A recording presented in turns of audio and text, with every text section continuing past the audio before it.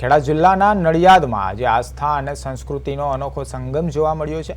રામનવમીના પર્વે ડાકોર રોડ સ્થિત સાંઈબાબા મંદિરથી નીકળેલી ભવ્ય પાલખી યાત્રામાં હજારો શ્રદ્ધાળુઓ ઉમટી પડ્યા હતા અને સમગ્ર નગર સાંઈમય બન્યું હતું।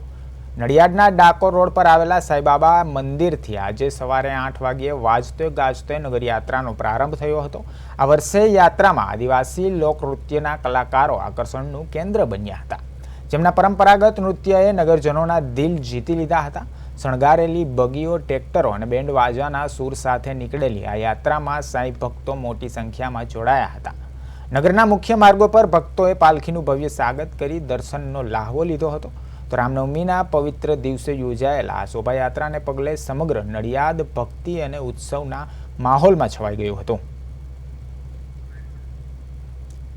રામનવમીની શોભાયાત્રા અમારી 28મી શોભાયાત્રા છે આ, અને છેલ્લા 27 વર્ષથી અમે શોભાયાત્રા કાઢતા હતા અને આ વર્ષે પણ અમે શોભાયાત્રા કાઢી। એની અંદર વિવિધ જે સનાતન ધર્મને ધ્યાનમાં રાખી અને વિવિધ વેશભૂષાના પાત્રો જેવા કે રામ, લક્ષ્મણ, સીતા, કૃષ્ણ બધા દરેક જાતના પાત્રો ભજવી અને ટ્રેક્ટરોની અંદર પરિભ્રમણ કરાયું।